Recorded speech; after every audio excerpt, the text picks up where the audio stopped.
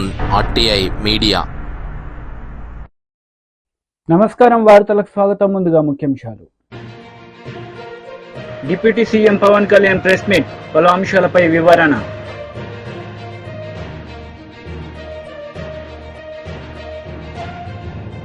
Mandakrishna Madiga press meet, పలు అంశాలపై వివరణ. Deputy CM Pawan Kalyan press meet నిర్వహించారు. ఈ సందర్భంగా పలు అంశాలపై ఆయన మాట్లాడారు. అందరికీ నా హృదయపూర్వక నమస్కారాలు.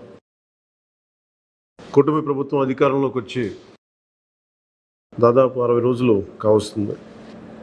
నేను పంచాయతీరాజ్ శాఖ, అటవీ శాఖ బాధ్యతలు స్వీకరించిన తర్వాత పంచాయతీ శాఖకు సంబంధించి చాలా రివ్యూలు చేశాం. రూరల్ వాటర్ సప్లై, రోడ్లకు సంబంధించి చాలా రిపోర్ట్స్లో తెలియజేస్తూనే వచ్చాను. ఏ స్థాయిలో నిధులు సరిగ్గా పంపిణీ జరగలేదు, వచ్చినా దాని దుర్వినియోగం జరిగినాయి. ఈ పరిస్థితుల్లో కూటమి ప్రభుత్వం చాలా చిత్తశుద్ధితోటి ఈ పంచాయతీరాజ్ వ్యవస్థని బలోపేతం చేయాలి అని చెప్పి చాలా బలమైన నిర్ణయం తీసుకున్నాం. దాంట్లో భాగంగానే 3 కీలకమైన నిర్ణయాలు తీసుకున్నాం. ఒకటి, ఆగస్టు 15 ఈ జెండా పండుగకి సంబంధించి. 2, మనకి జాతీయ ఉపాధి హామీ పథకానికి సంబంధించి ఒకటే రోజున 13,326 పంచాయతీల్లో గ్రామసభ తీర్మానాలు జరగాలి. ఆ దిశగా అడుగులు వేస్తూ ఉన్నాం. ఈ గ్రామసభ తీర్మానం అంటే ఏంటంటే, జాతీయ ఉపాధి హామీ పథకం ద్వారా వచ్చే కేటాయించిన పనులకు కానీ నిధులకు కానీ ఆ ప్రజాప్రతినిధులు, ఆ ఎమ్మెల్యేలు కానీ, గ్రామ సర్పంచులు కానీ, పంచాయతీ సర్పంచులు కానీ, ఆ పంచాయతీలో ఉన్న ప్రజలు కూడా అందరూ ఏకగ్రీవంగా అంటే ఏ పనులు జరగాలి, జాతీయ ఉపాధి హామీ పథకానికి సంబంధించిన ఆ పనులకి మన గ్రామాల్లో ఏ పనులు జరగాలి, ఏ పనులకి ఆ నిధులు కేటాయించాలి, ఈ దృష్టిలో గ్రామసభ తీర్మానం జరుగుతుంది. విడివిడిగా కాకుండా ఒకటే రోజున 13,326 పంచాయతీల్లో ఒకటే రోజున గ్రామసభ తీర్మానాలు జరగాలని కీలకంగా ఆదేశించడం అయినది. ఆ విధంగా ముందు ఒకటి చేస్తూ ఉన్నాం. రెండవది, జల్ జీవన్ మిషన్, అంటే ప్రతి ఇంటికి కుళాయి అనేది ప్రధానమంత్రి గారి ఆకాంక్ష, ఆశయం. ఏ ప్రభుత్వం కనీస మానవ హక్కు ఇది. అలాంటి జల్ జీవన్ మిషన్కి సంబంధించి గత 5 సంవత్సరాలుగా ఎక్కడ కూడా సంతృప్తికరంగా గత ప్రభుత్వం చేయలేదు. రాష్ట్రంలో గ్రామీణ తాగునీటి సరఫరా ఇది అసలు ఏ స్థాయిలో ఉంది? ఉదాహరణకి జల్ జీవన్ మిషన్ కింద ఒక దాదాపు 27,000 కోట్లు ఖర్చు చేయాల్సి వస్తే గత ప్రభుత్వం 4,000 కోట్లే ఖర్చు చేస్తుంది. ఆ 4,000 కోట్లు ఖర్చు కూడా పెట్టిన విధానం ఏ స్థాయిలో ఉంది? నిజంగా నీటి సరఫరా అవుతుందా? ఉదాహరణకి చాలామంది ఎమ్మెల్యేలు అందరూ కూడా నా దృష్టికి తీసుకొచ్చినా కూడా నాకు వాళ్ళు ఇచ్చే ఈ పిటిషన్స్ కానీ ఇవన్నీ కూడా ఏం తెలియజేస్తున్నాయంటే, పంచాయతీల్లో కానీ గ్రామాల్లో కానీ జేజే మిషన్ కింద పైప్ లైన్లు వేశారు, కానీ దానికి ఆ నీటి సరఫరా ఉండే ఇది లేదు, దానికి వాటర్ సోర్స్ లేకుండా పైప్ వేసి వెళ్ళిపోయారు. అంటే దీని వెనక ఏమనిపించిందో, నిజంగా ఏదైనా వీళ్ళు డబ్బులు చేసుకోవడానికి పైప్ లైన్లు వేసి వదిలేశారన్నది ఆలోచన వచ్చి దాని మీద ఏం ఆదేశించాం పంచాయతీరాజ్ శాఖ ఉన్నతాధికారులందరినీ ఏంటంటే, అసలు రాష్ట్రంలో గ్రామీణ తాగునీటి సరఫరా పరిస్థితి ఎలా ఉంది, ఎన్ని గ్రామాలకి పైప్ లైన్స్ బాగున్నాయి, నీటి సరఫరా స్థాయి ఎలా ఉంది, రోజుకి ఎన్ని లీటర్లు నీళ్ళు వస్తున్నాయి, అలాగే ప్రస్తుత పరిస్థితి తెలుసుకోవడానికి దాదాపు ఒక 12 అంశాల మీద మేము సర్వే చేయమని ఆదేశించాం. దీన్ని పల్స్ సర్వేగా మీ దృష్టికి తీసుకొస్తున్నాం. ఇది పల్స్ సర్వే చేపడుతున్నాం. దీంట్లో వచ్చిన డేటా ఆధారంగా జల్ జీవన్ మిషన్ని కూటమి ప్రభుత్వ ఆధ్వర్యంలో అత్యంత పకడ్బందీగా ప్రణాళిక రచన చేయడానికి ఈ సర్వే నిర్వహిస్తున్నాం. ఒకసారి ఈ డేటా పాయింట్స్ అన్ని రాగానే ఏ పంచాయతీల్లో నీళ్ళు వస్తున్నాయి, ఏ పంచాయతీల్లో పైప్ లైన్లు డ్యామేజ్ అయినాయి, అసలు గత ప్రభుత్వం చేసిన 4,000 కోట్ల రూపాయల ఖర్చు నిజంగా ఆ ఉద్దేశింపు పనులకి జరిగిందా లేదా, వీటన్నిటిని కూడా ఈ పల్స్ సర్వేలు మనకి తెలిసి వస్తాయి. దీని సమూలంగా ప్రజలందరికీ సమీప భవిష్యత్తులో తెలియజేస్తాను. అలాగే గ్రామ పంచాయతీలు, పంచాయతీరాజ్ వ్యవస్థ బలోపేతం కావాలంటే సర్పంచ్ వ్యవస్థ చాలా కీలకమైంది. గత ప్రభుత్వం పంచాయతీ ఎన్నికలు సరిగ్గా నిర్వహించలేకపోవడం వల్ల మనకి నిధులు రాలేకపోయినాయి. చాలాసార్లు మేము అధికారంలోకి రాకముందు పంచాయతీ మనకి సర్పంచ్లందరూ మా దృష్టికి తీసుకొచ్చింది ఏంటంటే కనీసం మాకు బ్లీచింగ్ పౌడర్ కూడా మాకు కొనుక్కునే డబ్బులు లేవు మా దగ్గర. వాళ్ళ అకౌంట్లో పడ్డా కానీ డబ్బులు ఈ ప్రభుత్వం ఈ డిస్కౌంట్స్కి అని చెప్పి డబ్బులు తీసేసుకున్నారు. సో పంచాయతీల నిర్వహణకి ఎన్నికలు జరిగినాయి కానీ పంచాయతీల నిర్వహణకి సంబంధించి ఏ విధంగా వారికి సరైన ఆర్థిక పరిపుష్టి జరగలేదు. నిధులు పడ్డాక నిధుల దుర్వినియోగం జరిగింది, మీ అందరికీ తెలిసిందే. దానికి మరింత వివరంగా ఎప్పటికప్పుడు తెలియజేస్తాం. సో ముఖ్యంగా పంచాయతీరాజ్ వ్యవస్థని సర్పంచ్ వ్యవస్థని బలోపేతం చేయాలన్నదే మా మందకృష్ణ మాదిగ ప్రెస్ మీట్ నిర్వహించారు. ఈ సందర్భంగా పలు అంశాలపై ఆయన వివరణ ఇచ్చారు. పుట్టిన మహారాష్ట్ర గడ్డ నుంచే వచ్చాడు. మాట్లాడింది అదే సమయంలో తన జడ్జిమెంట్లో చెప్పింది ముందు గవాయి గారు అనే విషయం, సుప్రీంకోర్టు జడ్జిగా గవాయి గారు అనే విషయం మనం మర్చిపోవాలి. మరి గవాయి గారు ఎక్కడి నుండి వచ్చిండు? గవాయి గారు బ్రాహ్మణ్ కాదు, గవాయి గారు ఇంకా వేరే వర్గం కాదు, ఉన్నత వర్గం కాదు. గవాయి గారు కూడా ఒక దళిత వర్గం నుంచి వచ్చిన వ్యక్తి. సుప్రీంకోర్టు జడ్జి ముందుగా ఫిబ్రవరి 6, 7 తేదీల్లో సుప్రీంకోర్టులో విచారణ జరుగుతున్నప్పుడు దళితుల్లో కూడా క్రిమిలేయర్ ఎందుకు పాటించొద్దు, ఎస్టీలో కూడా క్రిమిలేయర్ ఎందుకు పాటించొద్దు అని చెప్పి ఆయన కులం అనుభవాలు, ఆయన కుటుంబ అనుభవాలు కూడా చెప్పిన సందర్భాలు ఉన్నాయి. దానికి అనుగుణంగా అది జడ్జిమెంట్లో ఆయన ప్రస్తావన చేశాడు. ఆయన ఎక్కడి నుండి వచ్చిండు? దళిత వర్గం నుండే కాదు, అంబేద్కర్ పుట్టిన మహారాష్ట్ర గడ్డ నుంచే వచ్చాడు. అంబేద్కర్ క్రిమిలేయర్ అమలు చేయాలని చెప్పి అప్పుడు అనలేకపోవచ్చు. ఎందుకంటే రిజర్వేషన్లు అమలు జరుగుతూ మొదలైన సందర్భంలో ఆయన ఉన్నాడు. కానీ రిజర్వేషన్ అమలు జరగబట్టి 70 సంవత్సరాలు దాటిపోయింది. ఇప్పుడు దేశంలో ఎవరైనా దళిత గిరిజన వర్గాల పరిస్థితి 100% అంబేద్కర్ రిజర్వేషన్ అమలు చేసిన రోజుల లాగానే ఇప్పటికీ ఉన్నాయని చెప్పి ఎవరన్నా అనడానికి సిద్ధంగా ఉన్నారా? అట్లా అనడానికి సిద్ధంగా ఉండడానికి అవకాశం లేదు. మేము స్పష్టంగా చెప్తున్నాం, దళిత వర్గాల్లో 100కి 2, 3, 4, 5 సంపన్న వర్గంగా తయారైన మాట వాస్తవమే. దళిత వర్గాల్లో 100కి 1, 2, 3, 4 సంపన్న వర్గంగా తయారైన మాట వాస్తవమే. ఇప్పుడు ఆ దళితుల్లోనే సంపన్న వర్గాలకు సంబంధించిన కుటుంబాలకు, ఆ దళిత గిరిజన వర్గాల్లోనే అత్యంత పేద కుటుంబాలకు మధ్యలో రిజర్వేషన్లు అమలు చేసుకునే విషయం వచ్చినప్పుడు, రిజర్వేషన్లు పొందే విషయం వచ్చినప్పుడు ఎవరైతే దశాబ్దాల కాలంగా రిజర్వేషన్ల ఫలాలు పొందుతూ రాజకీయంగా ఉద్యోగపరంగా ఎవరైతే తిష్ట వేశారో వాళ్ళ కుటుంబాలకు మాత్రమే మేలు జరగడానికి అవకాశం ఉన్నది. మరి ఇక్కడ దళిత వర్గాల్లోనే పేద కుటుంబాలకు మేలు జరగాలంటే మరి 100 మంది ఎస్సీ ఎంపీలు ప్రధానమంత్రి గారిని కలిసి ఈ క్రిమిలేయర్ ప్రక్రియను వ్యతిరేకించండి అని చెప్పి విజ్ఞప్తి చేసిన మీరు మరి దళిత వర్గాల్లోనే పేద కుటుంబాలకు ఏ విధంగా మేలు చేస్తారనే విషయాన్ని ఎందుకు స్పష్టం చేయలేకపోతుందనే విషయాన్ని నేను దళిత గిరిజన వర్గాల ఎంపీలకు కూడా నేను విజ్ఞప్తి చేస్తున్నాను. అందులో భాగంగానే మేము స్పష్టం చేసేది ఏంటంటే ఈరోజు ఎవరైతే 100 మంది ఎంపీలు ఉన్నారో లేదా దళిత గిరిజన వర్గాల నుంచి రిజర్వేషన్ల పేరుతో ఎంతమంది ఎంపీలు అయితే ఇప్పుడు పార్లమెంట్లో తీసేశారో వాళ్ళందరూ ఈ దేశంలో వివిధ రాష్ట్రాల్లో ఇప్పటికే 7 దశాబ్దాలుగా రిజర్వేషన్ల ఫలాలు పొందుతున్న కులాల నుంచి, కుటుంబాల నుంచి మాత్రమే వచ్చిన వాళ్ళు ఇప్పుడు పార్లమెంటును కబ్జా చేశారు.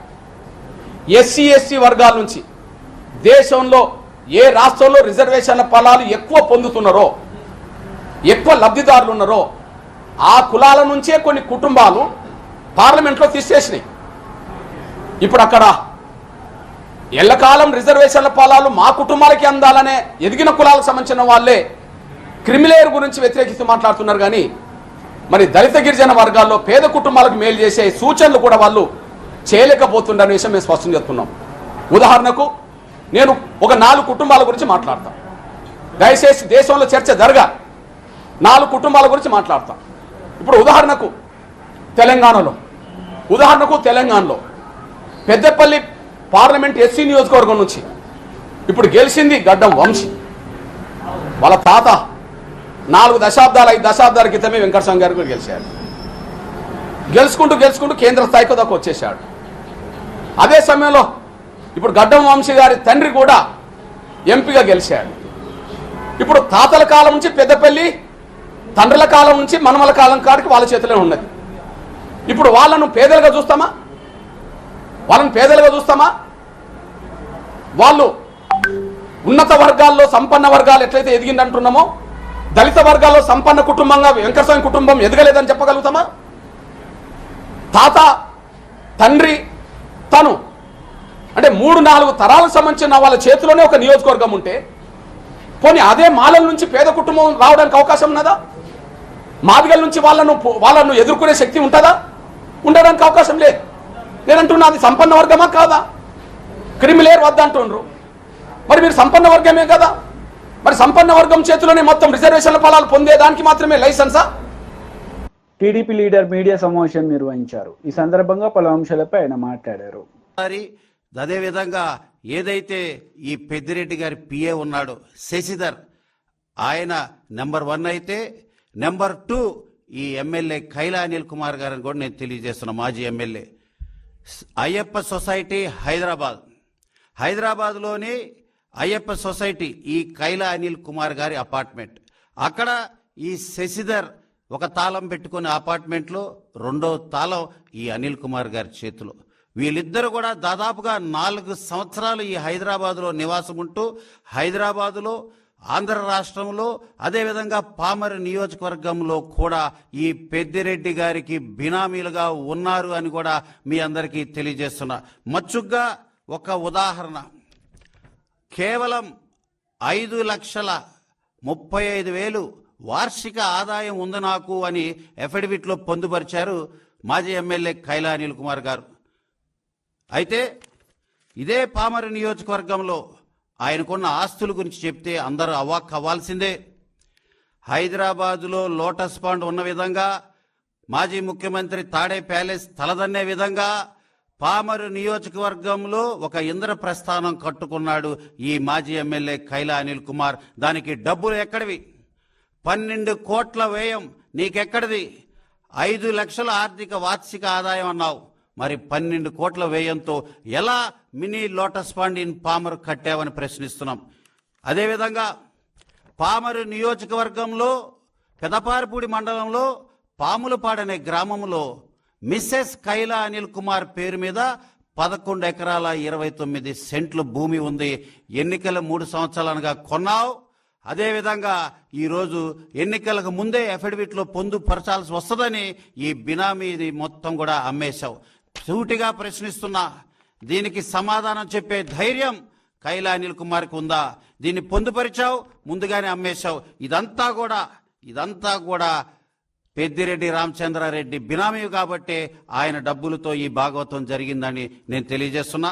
అంతేకాదు, ఇవి కూడా చూడండి, ఆయన అఫిడవిట్లో రీసెంట్ ఎన్నికల్లో ఆయన అఫిడవిట్లో పొందుపరిచింది మల్లవల్లి బాపులపాడు మండలం మల్లవల్లి గ్రామంలో సర్వే నంబర్ 197/6లో ఆయన బ్రహ్మాండమైన స్థలం కొనుక్కున్నాడు. దానికి డబ్బులు ఎక్కడివి? అదేవిధంగా వైసీపీ లీడర్ మీడియా సమావేశం నిర్వహించారు. ఈ సందర్భంగా పలు అంశాలపై ఆయన మాట్లాడారు. ఇదే ఒక నిదర్శనంగా మనందరం కూడా భావించాలి. రాష్ట్రానికే తలమానికంగా ఉన్న అంబేద్కర్ మీద దాడిని వైఎస్ఆర్ కాంగ్రెస్ పార్టీ తరపున రాజ్యాంగ అభిమానులు ఈ రాష్ట్రంలో ప్రజలందరూ కూడా ఖండిస్తూ ఉన్నారని చెప్పి ఈ సందర్భంగా మనం చేస్తా ఉన్నాం. ఈ రోజు కూడా చంద్రబాబు నాయుడు గారికి డాక్టర్ బిఆర్ అంబేద్కర్ గారి మీద కానీ, డాక్టర్ బిఆర్ అంబేద్కర్ గారి భావజాలం మీద కానీ ఏ రోజు కూడా ఆయనకి ప్రేమున్న పరిస్థితులు ఉంటే, ఈ దాడి ఒకవేళ దుండగ ద్వారానే జరిగితే వెంటనే కూడా ఈ పార్టీకి చర్యలు తీసుకుని వాళ్ళని శిక్షించే విధంగా చేసేవాళ్ళు. కానీ ఇది చూస్తా ఉంటే ఈ దాడంతా కూడా ఈ రాష్ట్ర ప్రభుత్వం వెనుకుండే జరిగిందని చెప్పి కూడా ఈ సందర్భంగా తెలియజేసుకుంటా ఉన్నాను. అదేవిధంగా స్వరాజ్య మైదానంలో మొదటి నుంచి కూడా చంద్రబాబు నాయుడు గారికి అక్కడ అంబేద్కర్ గారి విగ్రహం పెట్టడానికి ఇష్టం లేదు. ఆయన ముఖ్యమంత్రిగా ఉన్నప్పుడు 5 సంవత్సరాలు రాజధానిలో డాక్టర్ బిఆర్ అంబేద్కర్ గారి విగ్రహాన్ని పెడతానని చెప్పారు. 5 సంవత్సరాలు కూడా మరిపించారు. 5 సంవత్సరాలు కూడా మరిపించిన తర్వాత మళ్ళీ ఎన్నికలకు వెళ్ళారు. ఎన్నికలకు వెళ్ళినప్పుడు ప్రజలు తిరస్కరించారు. తర్వాత జగన్మోహన్ రెడ్డి గారు వచ్చిన తర్వాత అత్యంత ప్రతిష్టాత్మకంగా స్వరాజ్ మైదానంలో 400 కోట్ల రూపాయలు ఖర్చు పెట్టి 400 కోట్ల రూపాయలు ఖర్చు పెట్టి అక్కడ విగ్రహాన్ని ఏర్పాటు చేస్తే ఆయనకి ఏంటంటే అంతకుముందు దీని అంతటికీ ఒక కారణం ఉంది.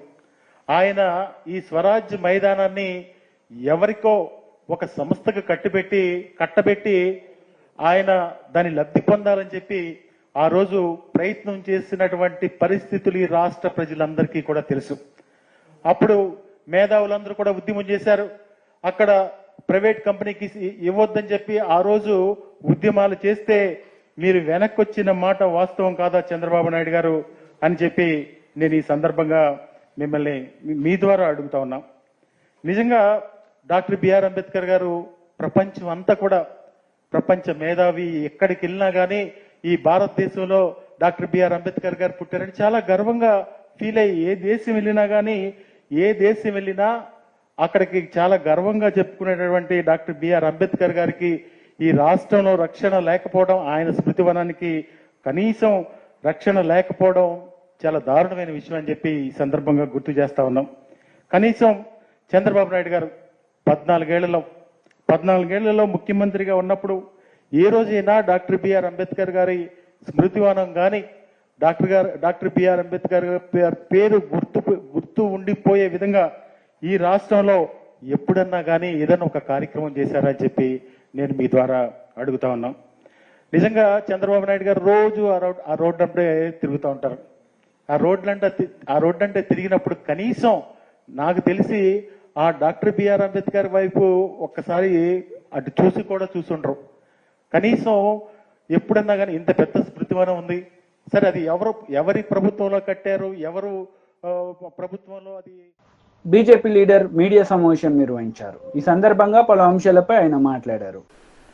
అవును, ఆరోపణ ఏంటంటే మీరు కేవలము బీహార్, ఆంధ్రప్రదేశ్ పేర్లే తీసుకున్నారు, కానీ అవును అది వేరే రాష్ట్రాలు తీసుకోలేదు. అంటే పేరు తీసుకున్నందువల్ల ఆ రాష్ట్రాలకు ఏమొచ్చు రాదని అది తప్పు. ఎందుకంటే బీహార్ ఈ 2 రాష్ట్రాలు విభజన అయినాయి. విభజన వల్ల వాళ్ళకి నష్టమైన రాష్ట్రాలు. ఎందుకంటే మన తెలంగాణ, ఆంధ్ర ఉన్నప్పుడు హైదరాబాద్ మొత్తం తెలంగాణకు వచ్చే వరకు ఆంధ్రాకు నష్టమైంది. అట్లనే బీహార్లో నిధులు, వనర, మన మైన్స్ ఇవన్నీ కూడా అక్కడ ఉండేది, ఎక్కడ జార్ఖండ్ ఉండేది. ఆ ఇన్కమ్ పోయింది. అయితే వీటికి ప్రత్యేకంగా చెప్పడం, వాళ్ళ పేరు తీసుకున్నారు కానీ వాళ్ళు ప్రత్యేకంగా చాలా గొప్పగా ఏమి ఇవ్వలేదు. అవును, అమరావతికి 15,000 కోట్లు ఇచ్చిండ్రు, కానీ ఇది మర్చిపోతుంది ఏంటంటే తెలంగాణకు 40,000 కోట్లు ఇచ్చిండ్రు. ఇప్పటివరకు ఇచ్చేసిండ్రు కూడా. అది ఇంకా మన ఫైనాన్స్ మంత్రి బట్టి విక్రమార్క గారు కూడా చెప్పిండ్రు. 35,000 కోట్లు ఈ గత 5-6 నెలల్లో 35,000 కోట్లు FRBM హద్దులు దాటినా కూడా ఇక్కడ కాంగ్రెస్ ప్రభుత్వం, అక్కడ బీజేపీ ప్రభుత్వం అయినా కూడా బీజేపీ ప్రభుత్వం ఇక్కడ 35,000 కోట్లు ఇక్కడ ఇచ్చింది.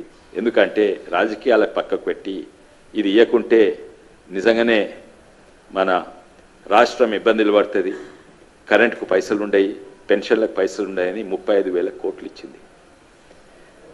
అయితే ఇవన్నీ కూడా పక్కకు పెట్టి అఫ్కోర్స్ రాజకీయాలు ఉంటాయి. అది ఎవరు కూడా ప్రత్యేకంగా పార్లమెంట్లో అవి తప్పుకోలేదు. అందరు కూడా కేవలం సంఖ్యల గురించే కాదు, ప్రతి పార్టీ వాళ్లకు రాజకీయంగా లాభమయ్యేటట్టు మాట్లాడతారు. కొన్నిసార్లు వాస్తవాలు పక్కకు పెట్టి. అందుకే ఈ ఆరోపణలు కేవలం బీహార్ అండ్ ఆంధ్రప్రదేశ్ పేరు చెప్పినట్టు. కానీ మనకు అన్ని కూడా ఏ రాష్ట్రాలకి ఏమొస్తున్నాయో మనకు అంతకంటే ఎక్కువ కూడా వస్తుంది. ఉదాహరణంగా గుజరాత్ పేరు, రాజస్థాన్ పేరు కూడా తీసుకోలేదు, ఉత్తరప్రదేశ్ పేరు కూడా తీసుకోలేదు. ఇంకో ఆరోపణ ఏంటంటే ఇవి కొంచెం కన్ఫ్యూజన్ ఉంటుంది వాళ్ళకు. ఏంటంటే మీ దగ్గర 8 ఎంపీలు ఉండే ఏమీ 0 తీసుకొచ్చిండ్రు. అంటే ఎంపీలు ఎక్కువ, బీజేపీ ఎంపీలు ఎక్కువ ఉన్న దగ్గర ఎక్కువ వాళ్ళంటే మొత్తానికి మొత్తము మధ్యప్రదేశ్కో, రాజస్థాన్కో, ఉత్తరప్రదేశ్కో పోవాలి. అంటే ఎంపీలు 0 ఉంటే ఏం రావద్దనా? అది కాదు. ఎంపీలకు ఎంత సంఖ్య ఉన్నది, మళ్ళీ నిధులకు ఏమి సంబంధం ఉండదు. దేనికి సంబంధం ఉంటుంది? ఏ రాష్ట్రానికి ఏమి అవసరాలు ఉన్నాయో ఆ సంబంధము. అదే దృష్టిలో పెట్టుకొని రాజకీయాలు పక్కకు పెట్టి నిజంగానే బడ్జెట్ను ప్రవేశపెట్టిన గొప్పతనం మన బీజేపీ ప్రభుత్వంకు ఉన్నది. గుజరాత్, రాజస్థాన్, మధ్యప్రదేశ్కి ఏమొస్తున్నాయి అవన్నీ కూడా వస్తున్నాయి, ఇంకా ఎక్కువనే వస్తున్నాయి. ఇక్కడ రీజనల్ రింగ్ రోడ్ గురించి చెప్పలేదు బడ్జెట్లో, కానీ 25,000 కోట్ల రీజనల్ రింగ్ రోడ్ చేస్తుంది కదా. ప్రత్యేకంగా చెప్పని అవసరం లేదు, ఎవరు కూడా చెప్పలేదు, జవహర్లాల్ నెహ్రూ కూడా చెప్పలేదు. ఇంకోటి అంటారు బడ్జెట్లో మీరు పిల్లల గురించి ఆలోచన లేదు, పసిపిల్లలకి ఏం చేయలేదు, ఒక చిల్డ్రన్ అనే పదం కూడా వాడలేదు. అవును, అన్ని బడ్జెట్ స్పీచ్ ఓ గంటనో గంటన్నర ఉంటుంది, అన్ని వివరాలు చెప్పలేము. బీఆర్ఎస్ లీడర్ మీడియా సమావేశం నిర్వహించారు. ఈ సందర్భంగా పలు అంశాలపై ఆయన మాట్లాడారు. లేదా అసలు నాది నా హుజరాబాద్ నియోజకవర్గంలో 100 బెడెడ్ హాస్పిటల్ ఉంటుంది, అద్భుతంగా నడుస్తుంది. మా కేసీఆర్ గారి ప్రభుత్వం ఉన్నప్పుడు, మా ప్రభుత్వం ఉన్నప్పుడు మేము నెలకి 200 డెలివరీలు చేసేది. హుజరాబాద్లో 200 ఫ్రీ డెలివరీ చేసి కేసీఆర్ కిట్ ఇచ్చి, ఇలా మగబిడ్డ పుడితే 12,000, ఆడబిడ్డ పుడితే 13,000 ఇచ్చి ఆ తల్లి బిడ్డల్ని ఇద్దరిని క్షేమంగా ఇంటికాడ దింపి వచ్చేది కేసీఆర్ గారి ప్రభుత్వం ఉన్నప్పుడు. ఇవాళ ఎంత బాధ అనిపిస్తుందంటే, ఆ హుజరాబాద్ హాస్పిటల్కి పోతే మొన్న 100 బెడెడ్ హాస్పిటల్, ఒక్క బెడ్లో 4 పేషెంట్స్ ఉన్నారు. మొత్తం 100 బెడ్ హాస్పిటల్లో 4 పేషెంట్స్ ఉన్నారు కేవలం. ఎందుకున్నారు అని అంటే, ఇలా కేసీఆర్ గారి ప్రభుత్వం ఉన్నప్పుడు 6 గైనకాలజిస్టులు ఉండే, ఇలా కేవలం ఒక్కరే ఉన్నారు. ఇలా ఆ రోజు 2 జనరల్ సర్జన్లు ఉండే, ఇలా ట్రాన్స్ఫర్ చేసి 0 చేసిండ్రు. ఇలా 5 అనెస్థిషియాలు ఉండే, ఇలా కేవలం 2 అనెస్థిషియాలు మాత్రమే ఉన్నారు. ఇలా ఈఎన్టీ ఉండే, ఇలా ఈఎన్టీ లేకుండా చేసిండ్రు. ఇలా ఈ పరిస్థితి ఎందుకు తీసుకొని వస్తున్నారని నేను అడుగుతా ఉన్నాను. నా హుజరాబాద్ నియోజకవర్గంలో ప్రజలు చాలా ఇబ్బంది పడుతూ ఉన్నారు. దయచేసి అర్థం చేసుకోండి. ఆ రోజు గైనకాలజిస్టులు 6 ఉంటే 1కి తీసుకొని వచ్చిండ్రు, ఆర్తో 1 ఉంటే 0కి తీసుకొని వచ్చిండ్రు, జనరల్ సర్జన్స్ 2 ఉంటే 0కి తీసుకొని వచ్చిండ్రు, అనెస్థిషియా 5 ఉంటే 2కి తీసుకొని వచ్చిండ్రు, ఈఎన్టీ 1 ఉంటే 0కి తీసుకొని వచ్చిండ్రు. మరి పేషెంట్స్ ఎట్లా రావాలని నేను అడుగుతా ఉన్నాను. అదేవిధంగా మా జమ్మికుంట హాస్పిటల్లో కూడా 70 నుంచి 100 డెలివరీలు ఫ్రీగా చేసేది. ఇలా డెలివరీలు ఫ్రీగా చేసేది. ఇలా జమ్మికుంట హాస్పిటల్లో కూడా గైనకాలజిస్ట్ని తీసేస్తే ఇలా మొత్తం క్లోజ్ అయింది, 0కి వచ్చింది. చాలా బాధ అనిపిస్తూ ఉంది. దయచేసి ప్రభుత్వానికి నా హుజరాబాద్ నియోజకవర్గ ప్రజల పక్షాన మీకు దండం పెట్టి చెప్తున్నాయా, దయచేసి నా మీద కోపం ఉన్నా, కేసీఆర్ గారి మీద కోపం ఉన్నా, కేటీఆర్ గారి మీద కోపం ఉన్నా, హరీష్ రావు గారి మీద కోపం ఉన్నా మా మీద తీర్చుకోండి తప్పితే మా ప్రజల మీద తీర్చుకోకుండా మీ దండం పెట్టి చెప్తున్నాం. ఇలా ఒక్క డెలివరీ చేయాలంటే ప్రైవేట్ హాస్పిటల్లో 30,000 నుంచి ₹1,00,000 వరకు తీసుకుంటున్నాడు. పేదోడు ఏడు నుంచి పెట్టుకుంటాడు. ఇలా అదే విధంగా ఇలా గవర్నమెంట్ హాస్పిటల్లో అయితే ఫ్రీగా డెలివరీ అవుతుంది. కేసీఆర్ గారి ఉన్నప్పుడు ఫ్రీగా డెలివరీ చేసేది. మీకు కేసీఆర్ గారి పేరు ఇష్టం లేకపోతే కేసీఆర్ గారి పేరు పెట్టుకోకండి. టీడీపీ లీడర్ మీడియా సమావేశం నిర్వహించారు. ఈ సందర్భంగా పలు అంశాలపై ఆయన మాట్లాడారు. ఉన్న డాక్టర్ బాబాసాహెబ్ అంబేద్కర్ విగ్రహం మీద నారా చంద్రబాబు నాయుడు గారు మరియు నారా లోకేష్ గారు సుత్తులు పట్టుకుని వెళ్ళి ఆ విగ్రహాన్ని పగలగొట్టడానికి ప్రయత్నించారని చెప్పి విపరీతంగా దాన్ని 1కి 100, 100కి 1000 మందితో ప్రచారం చేస్తున్నాడు. కనీసం ఈ రాష్ట్రంలో ఉన్న ప్రజలు జ్ఞానవంతులు అనుకుంటున్నాడా లేకపోతే మరీ తెంగరపప్పలు అనుకుంటున్నాడా నాకైతే అర్థం కావట్లేదు. జగన్మోహన్ రెడ్డి 2019 ముందు ఇలాంటి కొన్ని ప్రచారాలు చేశారండి. ఒకటి, ఎవరైతే వివేకానంద రెడ్డి గారు ఉన్నారో వివేకానంద రెడ్డి గారిని చంపేసి ఉదయం 8 గంటలకి గుండెపోటుతో చనిపోయాడని ప్రచారం చేశారు ఫస్ట్. అదే సాక్షి మీడియా నుంచి, జగన్ మీడియా నుంచి. తర్వాత మరుసటి రోజుకే లేదు నారా చంద్రబాబు నాయుడు గారు చంపేశారు, ఆయన చేతిలో కత్తి పెట్టి నారాసుర రక్త చరిత్ర అని రాసిన వెధవన్నారు వెధవలు వెళ్ళు. అలాంటి వ్యక్తులు ఈ రోజున నారా చంద్రబాబు నాయుడు గారు, లోకేష్ గారు అంబేద్కర్ గారి విగ్రహం మీద దాడి చేశారు అంటున్నారండి. కోడికత్తి ప్రచారం చేశారు. కానీ సిబిఐ, ఎన్ఐఏ కూడా క్లియర్గా చెప్పింది ఆ 2 కూడా తప్పుడు ప్రచారాలే. జగన్మోహన్ రెడ్డి అంటే బ్యాచే వివేకానంద రెడ్డి గారిని చంపిందని తెలియజేశారు. కోడికత్తి అంతా డ్రామా అని తెలియజేశారు. దీంతోపాటు నారా చంద్రబాబు నాయుడు గారి మీద ఎస్సీలుగా ఎవరైనా పుట్టాలనుకుంటారా అని అన్నారు అని ముందు వెనక కట్ చేసి ఓ తప్పుడు ప్రచారం చేశారండి. నిజానికి అప్పుడు చంద్రబాబు నాయుడు గారు ఇక్కడున్న 2 కులాలు, 1 ధనవంతులు, 2 పేదలు, నేను ఎప్పుడు పేదల పక్షాన ఉంటానన్నాడు మహానుభావుడు. ఆ మాటను కూడా వక్రీకరించి దళితులకు వ్యతిరేకంగా మాట్లాడాడు, ఎస్సీలని పుట్టుకుని అవమానించారు చంద్రబాబు నాయుడు గారని చాలా విపరీతంగా అప్పుడు కూడా ప్రచారం చేశారు. దాంతోపాటే మొన్న నారా లోకేష్ గారు దళితులకి జగన్మోహన్ రెడ్డి పీకిందేం లేదు పొడిసిందేం లేదని అంటే ఆ మాటను ముందు వెనక కట్ చేసి దళితులు పీకిందేం లేదు పొడిసిందేం లేదన్నారు నారా లోకేష్ గారని తప్పుడు ప్రచారం చేసిన తప్పుడు ఏదోలండి. వీళ్ళు నిజంగా మనుషులు పుట్టారా అబద్ధాలకు పుట్టారో నాకైతే అర్థం కావట్లేదు. కానీ ఇలాంటి తప్పుడు ప్రచారాలు చేసిన ఇదే వెధవలు ఈ రోజున డాక్టర్ బాబాసాహెబ్ అంబేద్కర్ విగ్రహం మీద నారా చంద్రబాబు నాయుడు గారు లోకేష్ గారు దాడి చేశారని చెప్తున్నారండి. నేను ఆ స్టాట్యూని సందర్శించి వచ్చాను. అక్కడ చూస్తే బాబాసాహెబ్ అంబేద్కర్ గారి విగ్రహం 125 అడుగులు ఉన్నా సరే ఆ విగ్రహాన్ని డామినేట్ చేస్తూ ఎంతంత తాటిగా ఎంత అక్షరాలతో వైఎస్ జగన్మోహన్ రెడ్డి అని పెద్ద పెద్ద అక్షరాలతో పేరు రాసుకున్నాడండి. ఇతను పేరు రాసుకుంటే ఎవడికో నచ్చలేదు. ఎందుకు నచ్చలేదు అంటే దానికి కూడా కొన్ని కారణాలు ఉంటాయండి. ఇప్పుడు జగన్మోహన్ రెడ్డి అధికారంలోకి వచ్చిన వెంటనే అంబేద్కర్ గారి పేరు విదేశీ విద్యకు తీసేసి జగన్ పేరు పెట్టుకున్నాడు. అలాగే హెల్త్ యూనివర్సిటీకి ఎన్టీఆర్ గారి పేరు తీసేసి వైఎస్ రాజశేఖర రెడ్డి పేరు పెట్టుకున్నాడు. అయితే ఎవడో అమాయకుడు ఒకవేళ గవర్నమెంట్ మారితే ఇలా పేరు తీసేయలేమో, జగన్మోహన్ రెడ్డి పేరు కూడా తీసేసి ఇక్కడ చంద్రబాబు నాయుడు గారి పేరు పెట్టలేమో, ఒకవేళ జగన్మోహన్ రెడ్డి మర్చిపోయారేమో ఈ గవర్నమెంట్ అని చెప్పి ఎవడో పీకి పారేసి ఉంటాడు. అది ఎవరైతే పీకేశారో తెలుగుదేశం పార్టీ నుంచి మేము ఖండిస్తున్నాం. అలాంటి దాన్ని కూడా ఖచ్చితంగా వారి మీద కూడా పార్టీ చర్యలు తీసుకుంటుంది.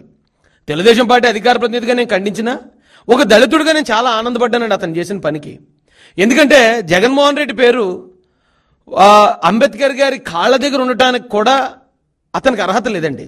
ఎందుకంటే జగన్మోహన్ రెడ్డి అనే వ్యక్తి వ్యభిచారులకు నాయకుడు. ఎందుకు ఈ మాట అన్నానంటే ఈ రోజున దువ్వాడ శ్రీనివాస్ స్టోరీ జరుగుతుందండి. దువ్వాడ శ్రీనివాస్కి నేను గర్ల్ ఫ్రెండ్ అంటూ వచ్చింది ఒక ఆమె డైరెక్ట్గా చెప్తుంది, మేము అడల్టరీ చేస్తున్నాం, మేము వ్యభిచారం చేస్తున్నాం, నేను దువ్వాడ శ్రీనివాస్ అని డైరెక్ట్ చెప్తుంది. వైసీపీ లీడర్ అట ఆమె. అలాగే ఎవరైతే అంబటి రాంబాబు పెళ్ళయి వేరే ఆమెతో తప్పుడు మాటలు వార్తలు ముగించే ముందు ముఖ్యాంశాలు మరోసారి. Deputy CM Pawan Kalyan press meet, పలు అంశాలపై వివరణ.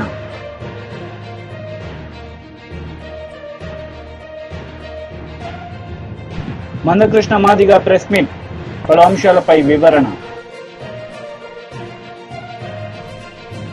ఈ వార్తలు ఇంతటితో సమాప్తం. తిరిగి ప్రసారమయ్యే వార్తల్లో మళ్ళీ కలుద్దాం. అంతవరకు సెలవు. నమస్తే.